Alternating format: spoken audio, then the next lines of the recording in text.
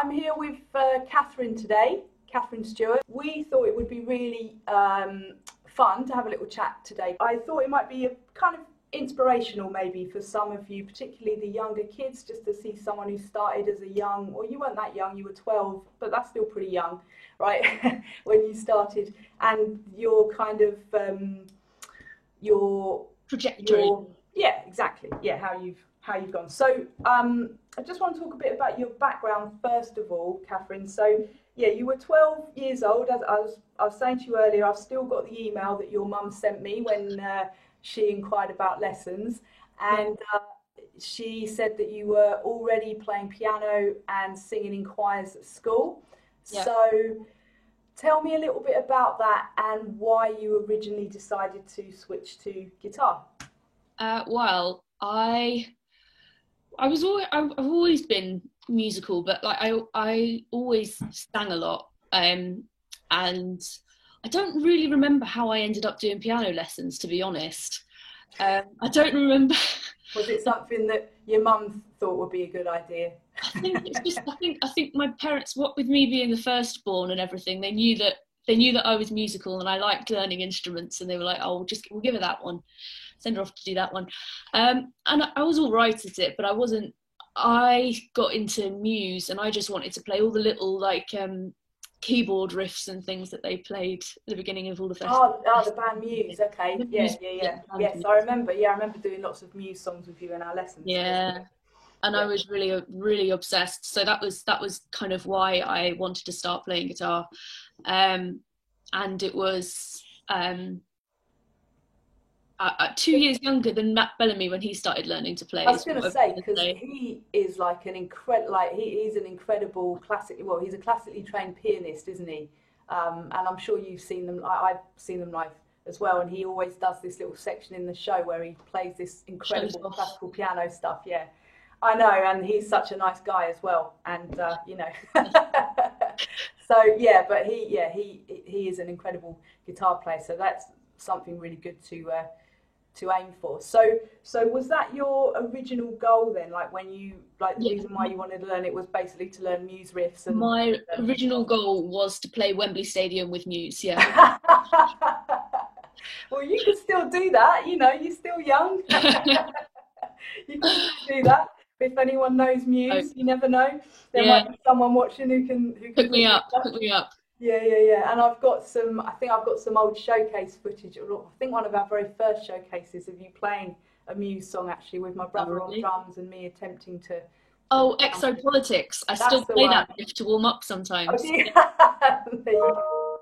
There you go. When you were learning then, I mean, obviously this was like I hadn't been teaching, well, I'd been teaching a few years, but to be honest, and I can say this to you now because we're friends, you were kind of in my early experimental student group where I didn't really know what I was doing. I mean, my heart was in the right place. I wanted to do a good job, but I was kind of picking bits of this and bits of that, and what do you want to learn and all that. So I don't remember our lessons being all that structured, although I did, I think, try to put some kind of plan in place from what I Yeah, remember. when I usually sort of interrupted very early on and just was Yeah. like, I've got these songs that I want to learn. Yeah, Teach yeah, yeah, me. exactly. So, what do you remember about finding like the most challenging thing in those days when you were first learning? Um, I remember the F chord winding me up for about 6 months. Yeah, And that blooming Stars and Stripes. What's the oh, Star American Spangled national Banner anthem? that we used to Yeah, sing. Star Spangled Banner. Do Yeah. you remember? So we played that in a group, and I think everyone was so fed up with it because it was so timing was so difficult. Um, Yeah, because of course, well, first of all, it's in 3/4, isn't it? And people aren't yeah, used to playing in that. And then, of course, the second thing is you come in on an eighth note. I think there's like a pickup beat, isn't it? So you have to come in, like you're not coming in on beat number one as well, which people also find tricky. So yeah. I think I mean in hindsight, I would have liked to have spent more time doing um, picking and uh, more riffs. I mean, I wanted to be a sort of lead guitarist, but what I found myself drawn to over and over again, and what I still do, is I just wanted to accompany myself singing. You know, I just wanted to be able to play the songs. I just wanted to be able to play the chords, to be a rhythm guitarist in my heart of hearts. Fair enough.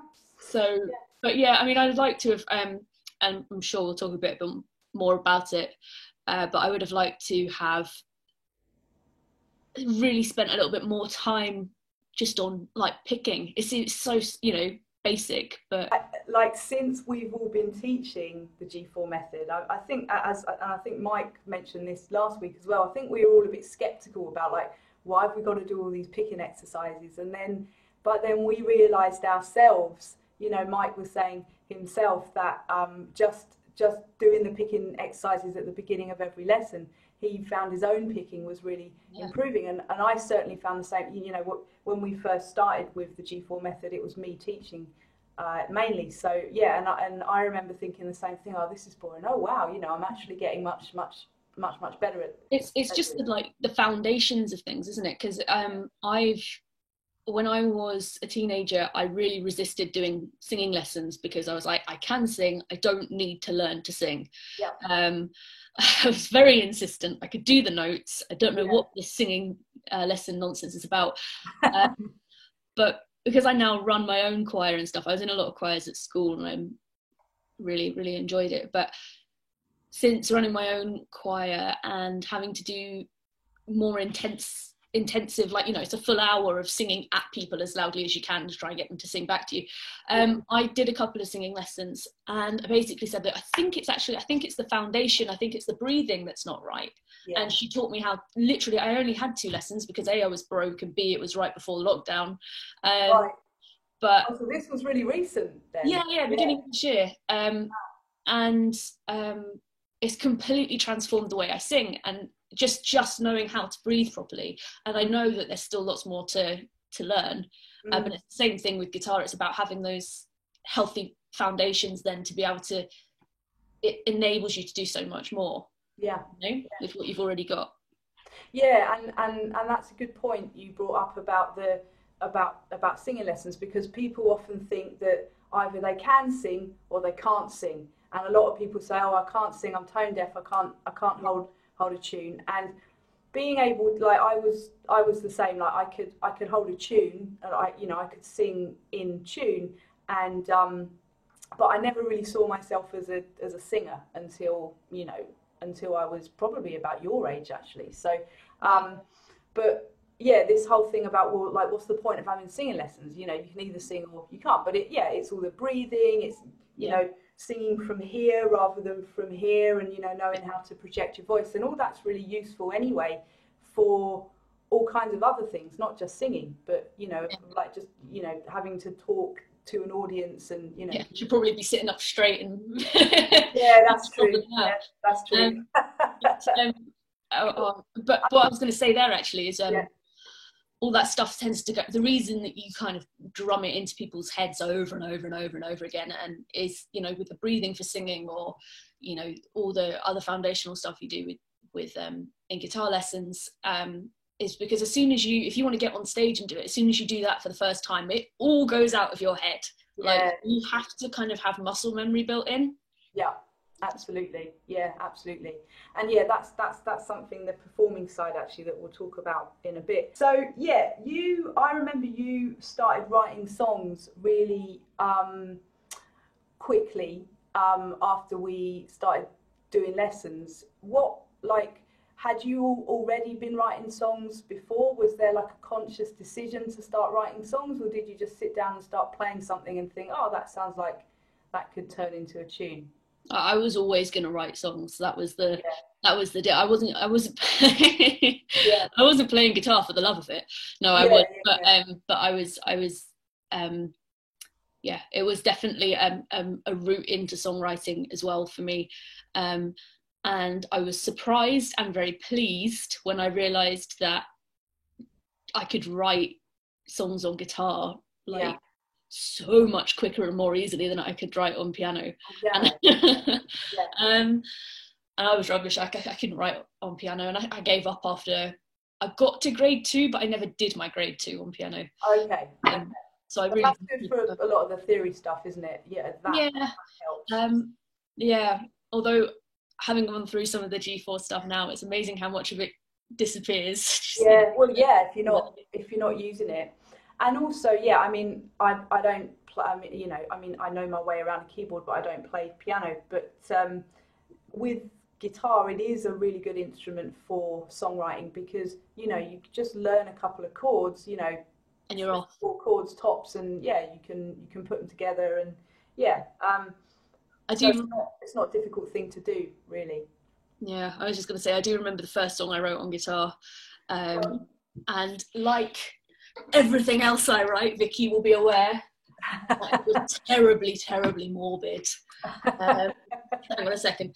I'm going to sit up a bit higher. So, just see what I'm doing.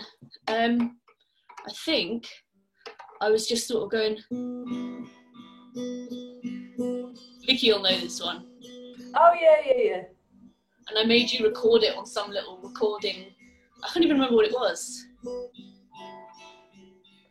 Yeah, it was my little recording gizmo that I used to have. Yeah. I do remember that one. But that's just like mucking around with a couple of strings, isn't it? That's just like doing a drone on the second string, and then mucking around and finding notes that kind of fit well with it on the first string. Like anyone can do that, like junior level 1. Yeah, no, definitely can do that. And it was, but yeah. I think I sort of had to, and with not a very sound understanding of what I was doing at the time, I had to kind of find the chords that worked around it. Yeah. And I did eventually. I can't remember. I think my verse was literally that. But the chorus is the C, G, C, E minor. Oh, yeah. I can't quite remember the words, but I know, again, I'm jumping ahead and we'll talk about this later, but when I teach people songwriting, I try and stress to them how like simple the foundation, I keep using the word foundations, but like how simple the basis of a song can be. Like that little opening thing, I don't even dare call it a riff because it's not really. And then just being able to work out, for example, if you know what key you're in and what chords work with it. Or in my case, I worked out that actually I was kind of playing chords, so I worked out what notes those were, and like, oh right, that sounds like a C. You know what I mean? Yeah. And that's something that I really recommend for anyone watching, who's interested in writing songs. It's like with everything else, and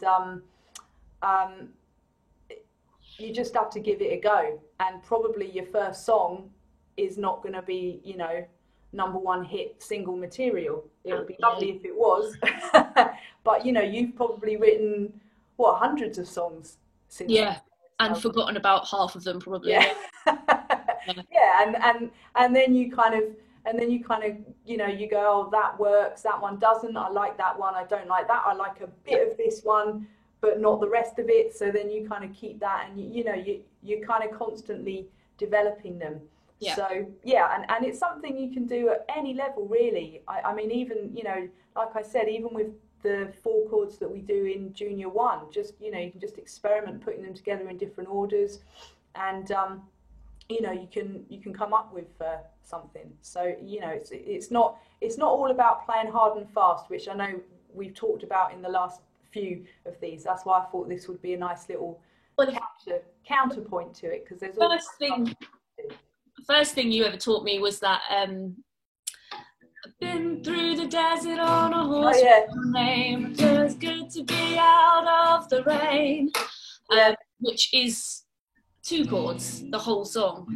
Yeah, you're absolutely right, and that was always my first song that I used to teach, because it's just the E minor chord, and then you stretch your fingers out, and you can do that in lesson 1.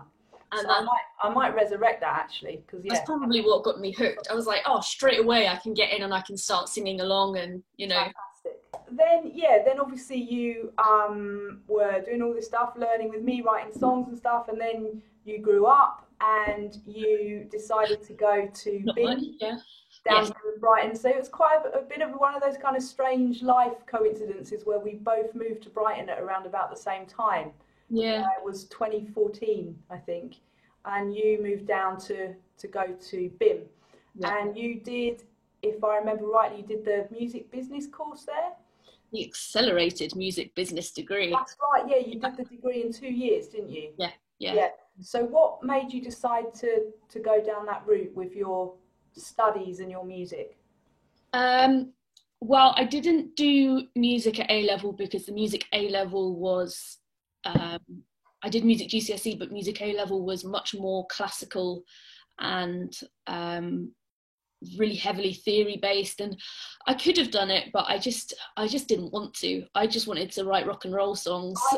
I didn't do music A level for exactly the same reason. So if It that's hasn't changed. yeah, okay, Yeah. that was like Or it might have now, but it certainly hadn't when I was at school. yeah. So I didn't really have the kind of music credentials to go and do a music course, like a performance course or anything. Or I didn't feel like I did. I didn't feel like I had the same standing as the other, people who would be doing performance courses or songwriting courses. Yeah. But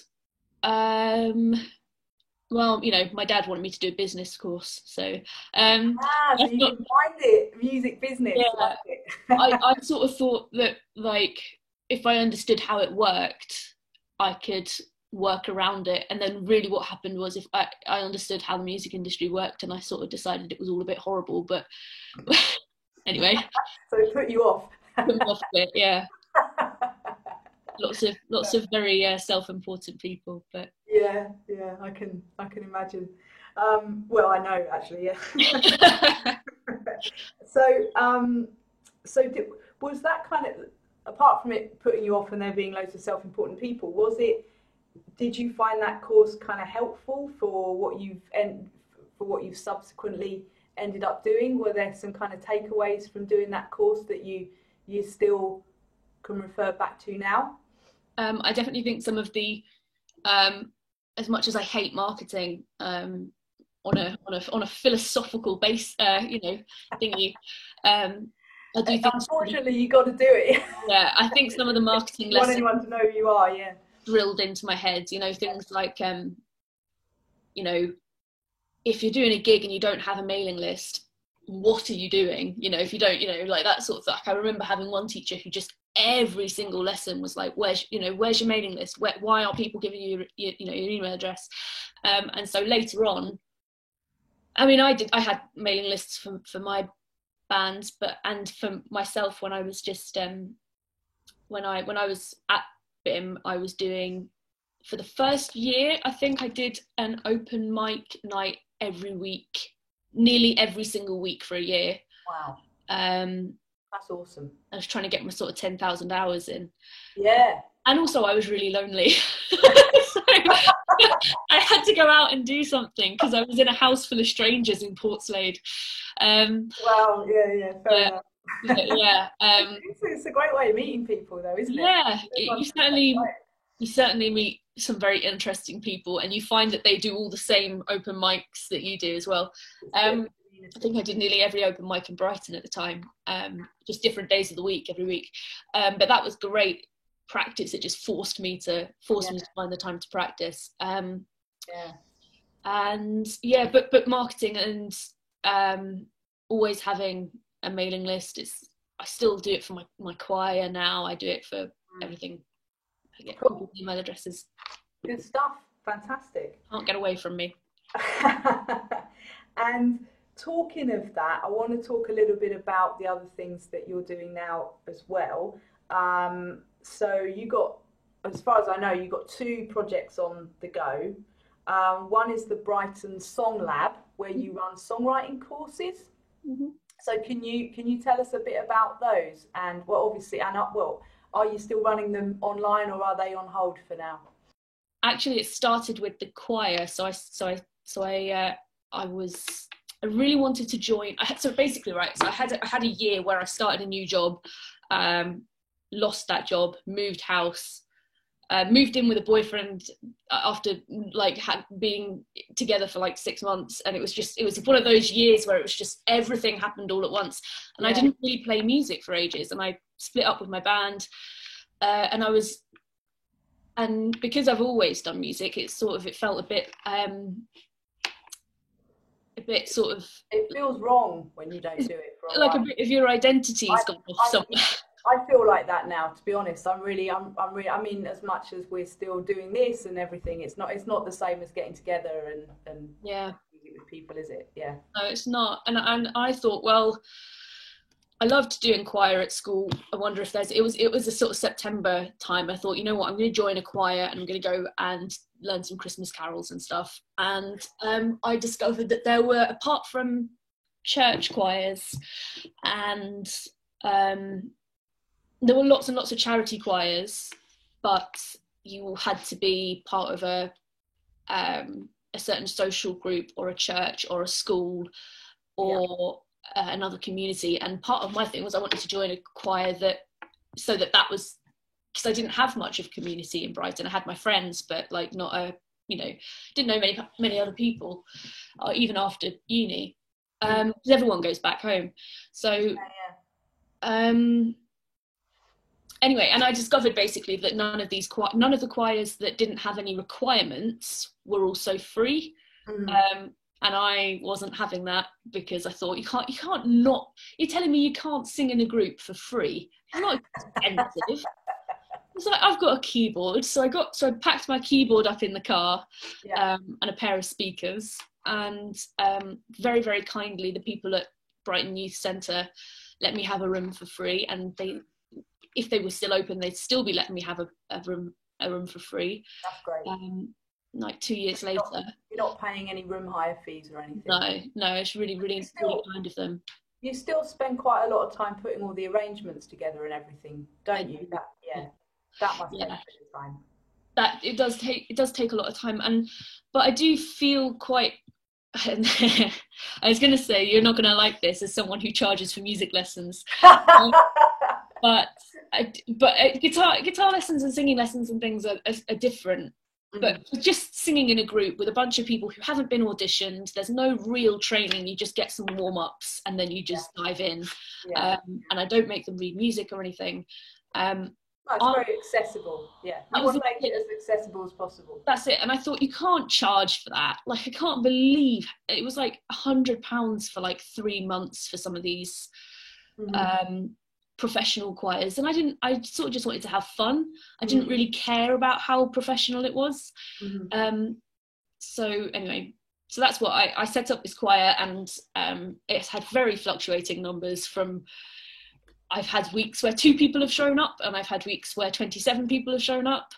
So it depends on the time of year and stuff. But anyway, I've really got sidetracked. What I was saying was that I was doing that and I was loving it, and I suddenly found myself, after years of saying that I didn't want to teach, really enjoying teaching. So I thought, I did the same thing, to be honest. I'm not a teacher. I am a teacher. And really enjoyed it. And I think in my head, a teacher was someone sort of disillusioned trying to teach a bunch of teenagers maths. As opposed to someone who's really, really enthusiastic about music, dancing around in a room, trying to, and it was so much more dynamic. And I wanted to sort of be able to do that and get paid for it. And I thought, what skills do I have that people, that other people aren't offering as like a teaching thing in Brighton? And what do I think is like a good value, good fun thing for people to do that I feel that I know enough about to teach properly? And I thought, well, I can probably teach songwriting, because especially if I teach it for beginners. So that's what I did. So I set up a summer course. God, it was last year. I can't believe it was only last year. It feels like it was ages ago. So last summer, through June and July, I ran a course. It was 2 hours every Friday, night, or I Yes, think. I remember. Yeah. Yeah. It was one of those things I could only get a Tuesday night or a Friday night, and I couldn't do a Tuesday because of work or something. Down in the back of the cafe down the road, and it was really, really good, and I really enjoyed it. And I mean, excluding website setup, I probably made about 60 quid. You got to start somewhere. So I spent quite a lot on marketing, and I ran around all the houses, putting leaflets through people's doors, spent days and days doing that. Yeah. But yeah, really, really, really enjoyed it. And so I've been running variations on that, and trying to run what I was calling song jams, which are like, you get given a theme, and within the hour or 2 hours or 3 hours or however long, you have to write a song about that theme to that brief. And it was just a really fun challenge, and it really forces people to focus their minds. And yeah, because you're not just sitting there going, oh, what do I write a song about today? You know, you've actually got that's a really good idea. There's no time to faff about. That's in C major, let's do it, you know. Fantastic. You're doing your choir online at the moment. Yes. You've got something to show. Catherine's going to show us a little snippet of what she's been doing with her choir. I am. This was last week.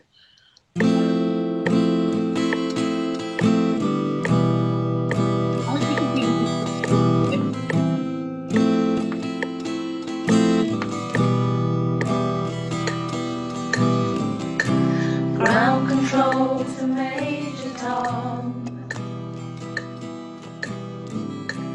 Ground control to Major Tom. So because we can't be in the room together, I've been getting them to record it, and then I put it together. Take your protein pills and put your helmet on. Ground control, make God's. This is ground control to Major Tom. You really made the grade. So, you know, it's not professional or anything, and you can hear the click track really loudly, but it's that's great. That's all different people recording that at home. Yeah. And then you put it all together. Yeah, and they just literally, they go onto WhatsApp, like they've got my number, and they send it as a voice note. Yeah. And I put it all together. Anyway, I just want to get to the best part of this song, and then I'll turn it off. Very different today. For here am I sitting in a tin can, far above the world. Planet Earth is blue, and there's nothing I can do.